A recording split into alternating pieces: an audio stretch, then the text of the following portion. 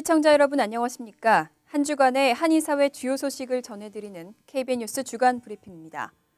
지난 한 주간은 미국과 북한의 사이버 전등, 북한과 관련된 뉴스가 많았습니다. 얼마 전 영화 인터뷰의 제작사인 소니사 해킹 공격의 배우로도 알려지면서 국제 무대에서의 북한의 입지가 곤두박질을 치고 있는데요. 여기에 얼마 전에는 북한의 인권 상황이 유엔 안전보장이사회에서 정식 안건으로 채택됐습니다. 북한 지도부가 상당한 압박을 받을 것으로 분석되고 있습니다. 안전보장이사회는 22일 맨하탄 유엔 본부에서 회의를 열고 북한 인권 상황을 정식 안건으로 채택할지에 대해 찬성 11표, 반대 2표, 기권 2표로 가결했습니다. 15개 이사국 중 거부권을 지닌 러시아와 중국이 반대표를 던졌고 나이지리아와 차드는 기권했습니다. 인권과 관련한 이슈가 안보리 정식 안건으로 채택된 것은 2005년 짐바브웨, 2006년 미얀마에 이어 세 번째입니다. 하지만 이전 사례는 안보리가 독자적으로 안건을 올린 경우이고 유엔 총회 결의를 반영해 안건으로 채택한 것은 이번이 처음입니다. 지난달 18일 유엔 총회 3위원회는 북한 인권 결의안을 압도적인 표 차이로 통과시켰습니다. 결의안은 북한 인권 상황을 국제형사재판소에 회부하도록 안보리에 권고하는 내용을 담고 있습니다. 지난 5일에는 미국과 영국, 프랑스 등 안보리 10개 이사국이 안보리 의장에게 북한 인권을 안건으로 채택할 것을 촉구한 바 있습니다. 한편 북한은 아직까지 이와 관련해 구체적인 조치를 밝히지 않고 있습니다. 최근 계속되고 있는 경찰과 흑인 사회의 대립 문제도 연일 시끄럽습니다. 이 가운데 한 흑인 남성이 경찰 사회에 대한 반발심으로 뉴욕시경 2명을 총격 살해하는 사건도 발생했습니다. 뉴욕시경이 비상경계태세를 선포했습니다. 박민기 기자가 보도합니다. 뉴욕 경관 2명이 브루클린에서 한 흑인 남성의 총격을 받고 사망했습니다. 지난 20일 오후 3시경 메릴랜드주 볼티모어 출신의 흑인 남성 이스마일 브린슬리는 브루클린의 베드포드와 스타이브센트 지역에 정차해 있는 경찰차에 다가가 차에 탑승해 있던 경관 2명에게 수차례 총격을 가했습니다. 가슴과 머리 등에 총을 맞은 두 경관은 즉시 인근 병원으로 옮겨졌지만 한 명은 이송 도중 숨지고 다른 한 명은 병원에서 치료 도중 사망했습니다. 범행 직후 인근 지하철역으로 도망친 브린슬리는 경찰의 추격이 계속되자 자신의 권총으로 자살했습니다. 흑인 남성에 의해 사망한 경관은 중국계 웬지안 리우 경관과 라파엘 라모스 경관입니다. 사건을 접한 빌 브래튼 뉴욕 경찰국장은 브린슬리가 범행 직전 자신의 SNS에 백인 경관에 의해 사망한 흑인 남성 에릭 거너와 마이클 브라운의 이름을 언급했다면서 최근 논란이 됐던 과잉 진압에 대한 보복성 범죄라고 예측했습니다. Today, two of New York's finest were shot and killed with no warning, no provocation. They were quite simply assassinated, targeted for their uniform and for the responsibility they embraced to keep the people of this city safe. 드블라지오 뉴욕시장 역시 유능한 경관 2명을 잃었다며 애도를 표했습니다. 또한 이번 사건은 명백한 표적살인이라고 경찰의 편을 들며 지금은 정치보단 사망한 경관들의 가족을 보살펴야 했다라고 주장했습니다. I think this is a time to think about these families. I don't think it's a time for politics or political analysis. It's a time to think about families that just lost their father, their husband, their son. And we met those families. And what we should be thinking about now is how to support these families. 드블라지오 시장은 사망한 경관의 시신이 안치된 병원을 방문했지만 경관들은 퍼거슨 사태 이후 흑인 피해자들의 손을 들며 경찰 개혁을 주장한 시장에게 등을 보이며 분노를 표출한 것으로 알려져 경찰과 흑인 간의 갈등이 가중될 것으로 보입니다. KBN 뉴스 박민기입니다.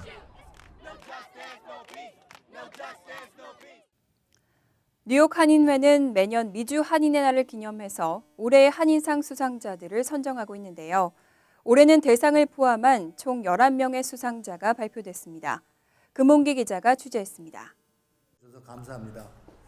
뉴욕 한인의 올해의 한인상 선정위원회는 한인사회 각계에서 추천한 16명의 수상 후보들을 무기명 투표에 붙여 대상 1명을 포함 총 11명의 수상자를 선정했습니다.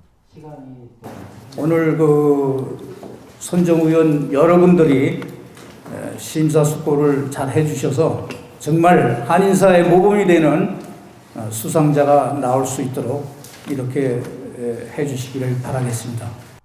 한인상 대상은 97살의 장모를 모시고 화목한 가정을 꾸린 모범적인 가장으로서의 역할은 물론 한인사회에서도 몸소 봉사를 실천하고 있는 곽호수 전 뉴욕 수산인협회 회장이 선정되는 영광을 안았습니다.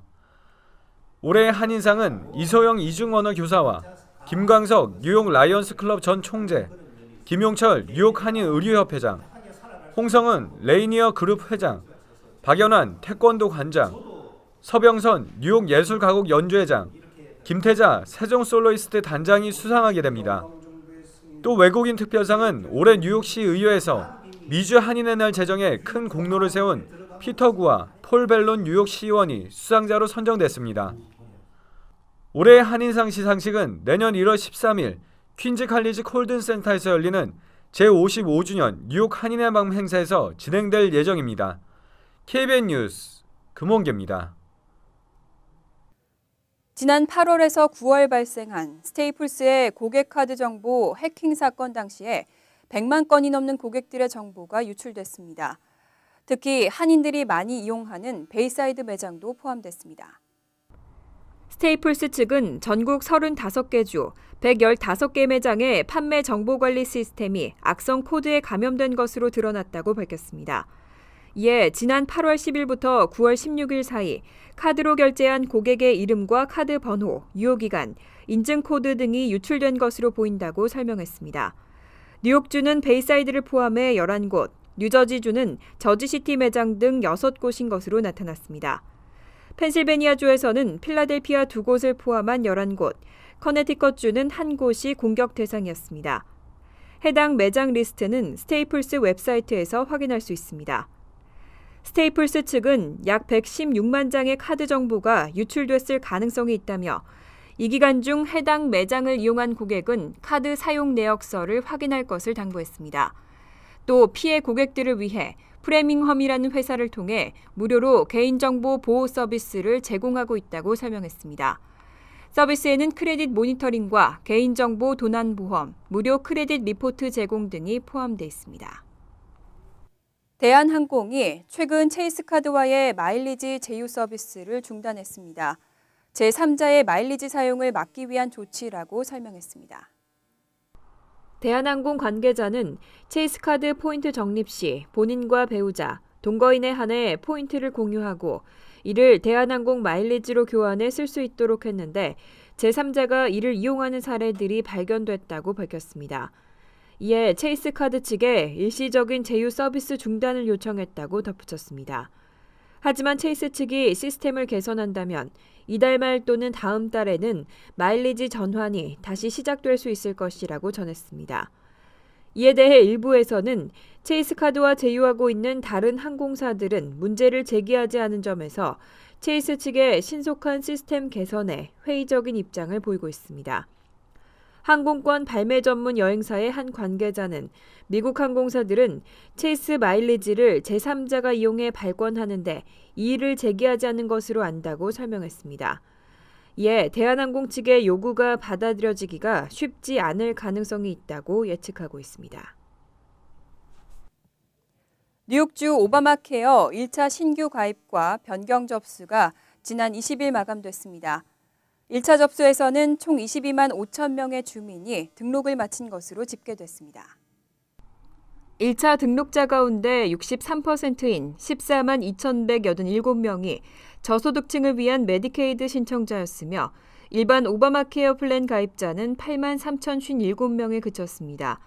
하지만 오바마케어가 처음 도입된 지난해의 경우 6개월간 총 89만 5,887명의 가입자가 등록했던 점을 감안하면 올해는 등록 시작 한 달 만에 지난해와 비교해 3분의 1에 가까운 주민들이 이미 등록을 마친 상태입니다. 내년 2월 최종 마감 후에는 전체 가입자 수가 더 늘어날 것으로 전망되고 있습니다. 뉴욕주 보건국은 내년 1월 1일부터 보험 혜택을 받을 수 있는 1차 등록 기간은 이미 마감됐지만 2015년도 건강보험 신규 가입 및 변경 신청은 내년 2월 15일까지 계속된다고 당부했습니다. 내년 1월 15일까지 등록을 마치면 2월 1일부터, 내년 2월 15일까지 등록을 마치면 3월 1일부터 보험 효력이 발생합니다.